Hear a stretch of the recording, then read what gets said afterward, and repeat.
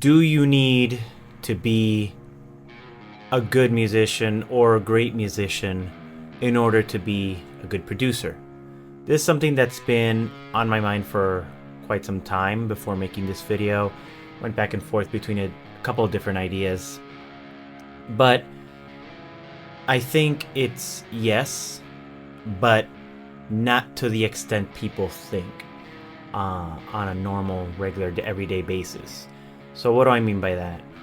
I think you definitely need to have a certain level of proficiency and technicality that will allow you to be creative in the instrument. Same way is if I'm learning a language, I can't really communicate effectively because music is a language, right? I can't communicate effectively if I don't know the language intimately. There's always going to be barriers and there's always room for improvement. Even if you're a native speaker, there's always going to be something to learn. So what you want to be mindful of is knowing when you're ready to take that leap, if that's something that's interesting to you. So if that is something that is interesting to you, I would argue you're probably a lot closer than you think.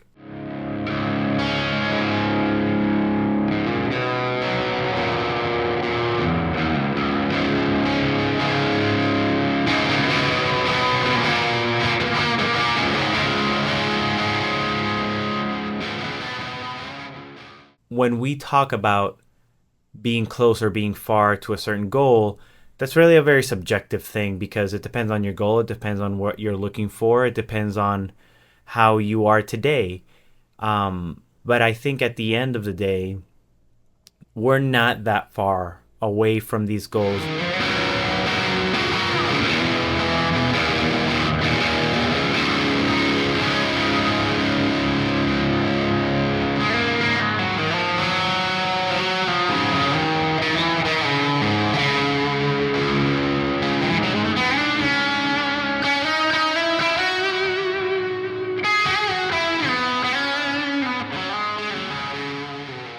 We like to see these videos on YouTube or on any other platform, and we feel that they are unobtainable. They're too far away from what we can do because maybe we don't always EQ that hi-hat perfectly. Maybe we sometimes, when we're doing recordings, we have to do a couple of them in order to get the perfect take.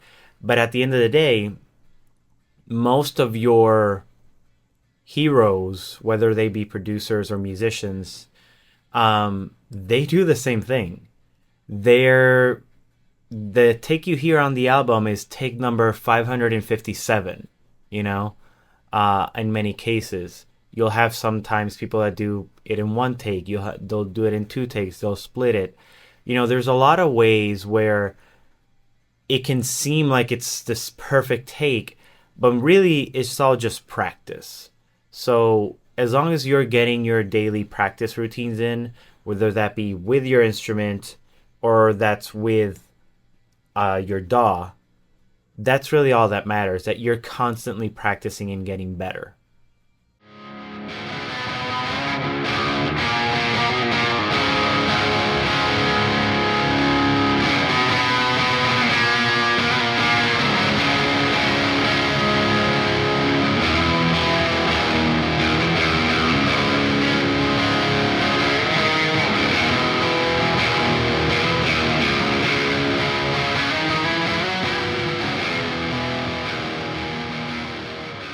I think one thing that really can't be overstated is there really are no rules regarding this. So what do I mean by that? There are no rules because whatever sounds good is good. If you're pushing a high shelf 15 dB, that might be a bad example. But if you're pushing it 15 dB to get the good sound, and it sounds good, it doesn't sound distorted, it doesn't sound weird, it doesn't sound overly processed, or even if it does sound overly processed, if that's what you want, then that's what you want. That sounds good. And it's always good to have a good and outside opinion. But at the end of the day, if what you wanted was that, then that's what you have.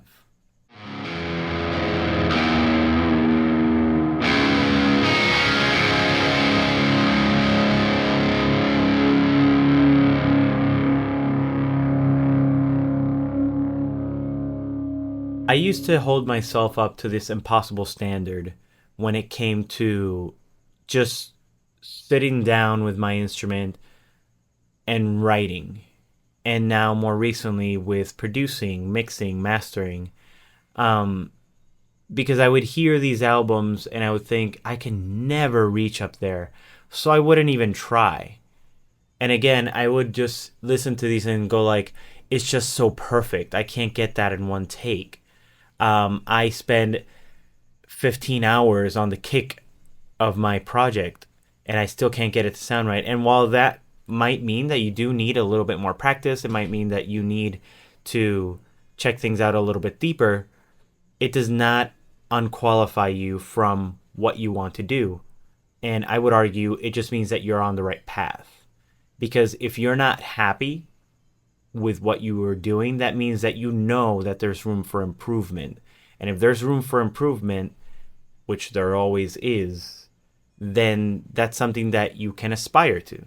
And you can listen to these albums, you can watch these videos on how to get those sounds and keep getting better and better and better.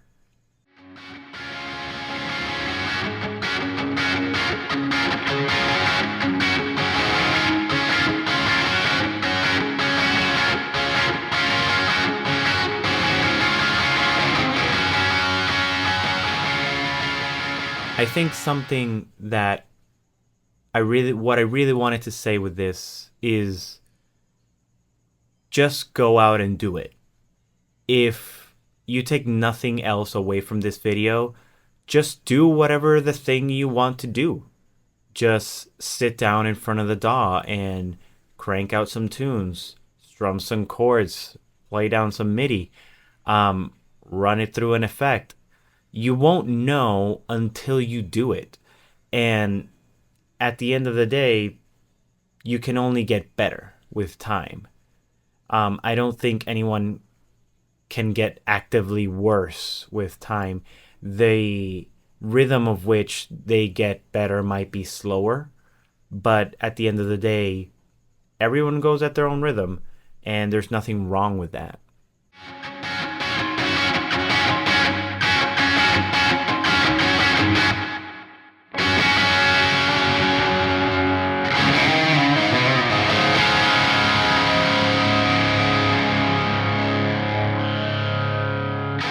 So, to answer the question, do you need to be a good musician in order to be a good producer? I would argue yes, but maybe not as much as you think. As long as you have enough proficiency in your instrument where you are able to lay down an idea and be creative and you can express that idea with other musicians, or as it's becoming more common nowadays, by yourself, then I would argue you have all the tools you need in order to get started. There's always going to be the new plugin. There's always going to be the new camera gear. There's always going to be the new editing gear that you're going to get, and it's going to make for a better workflow. But until you get those things, the important thing is that you start now. Even now, I'm making this video. I don't know who's going to watch this video. You might be watching this 3 years after I upload it. And if you are, thank you for watching. Thank you for being here. Thank you for being part of the journey. But at the end of the day, if just one person watches this and gets something out of it, then I feel like I did my part to say, just do the thing. Don't think about it. And at the end of the day, if it sounds good, it is good. Thanks so much for watching. I'll see you next time.